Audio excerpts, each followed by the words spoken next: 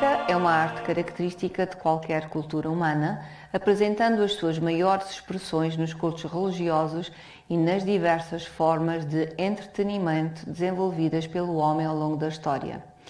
Desde a formação da música cristã, com cariz marcadamente judaica, que esta arte se funde e articula com a palavra por ser a melhor forma de embelezar e realçar a importância do texto, além de reforçar a solenidade das diversas cerimónias religiosas.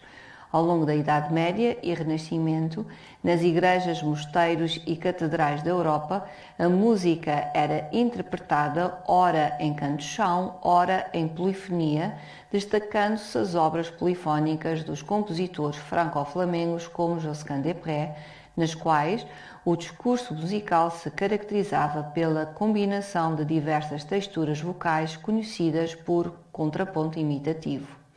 A música da Igreja Luterana nasceu do conhecimento deste legado medieval e renascentista. Martim Lutero era amante da música, cantor, alaudista, flautista, compositor e admirador, em particular, das obras de Josquin des Prez. Acreditava no poder educativo e ético da música e desejava que todas as congregações participassem na música dos serviços religiosos. Como afirmou: eu desejo que tenhamos tantas canções em alemão quanto possível, a fim de serem cantadas pelas pessoas no serviço. Para Lutero, a liturgia luterana assentaria na explicação de textos bíblicos e na entoação de melodias simples, tudo isto em alemão, para que a comunidade dos fiéis entendessem a mensagem bíblica. Considerando a música como o meio mais poderoso para mover o coração do homem e para atrair as pessoas a Deus, Lutero encarou esta arte como o recurso por excelência para a expansão do Evangelho e para elevar a alma do homem ao louvor e adoração do Deus único e todo-poderoso. Ao definir que toda a congregação, homens, mulheres e crianças, participasse ativamente nos serviços religiosos, Martim Lutero acabou com a distinção entre clérigos e leigos e com a função tradicionalmente desempenhada pelos membros do clero e pelo coro de profissionais na execução musical nas cerimónias litúrgicas. Assim, nasceu o hino congregacional sem acompanhamento instrumental, conhecido por coral protestante. O coral compunha-se de dois elementos que se interligavam, texto e melodia. O texto, escrito em alemão, organizava-se em estrofes que seriam cantadas através de uma melodia simples, com notas de duração uniforme, unicamente com modificações sugeridas pelo fluir natural das palavras. A congregação interpretava em uníssono a melodia sem acompanhamento instrumental. Muitas das melodias de coral eram de composição nova, mas a maioria do repertório baseava-se no todo ou em parte em canções profanas ou sacras já existentes, nas quais a letra original era substituída por palavras de caráter devocional.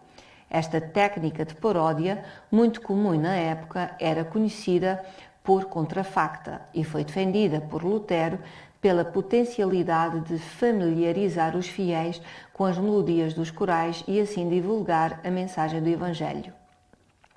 Lutero definiu a estrutura do serviço religioso luterano ao publicar em 1526 a Missa Alemã, que genericamente seguia a estrutura da Missa Católica, embora com modificações como a omissão da rubrica Glória e a substituição das restantes rubricas do ordinário por corais em alemão.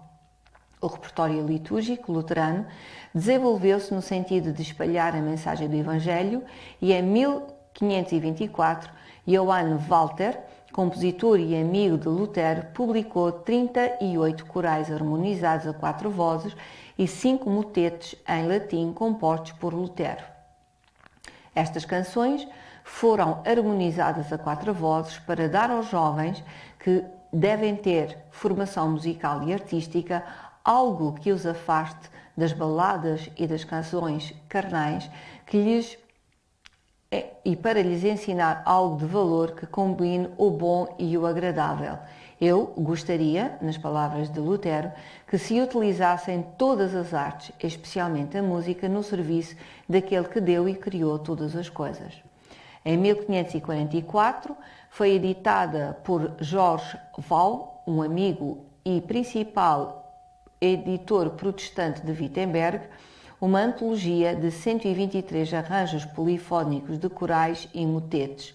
Esta compilação contém peças musicais dos principais compositores alemães e suíço-alemães da primeira metade do século XVI, nomeadamente Ludwig Schelf.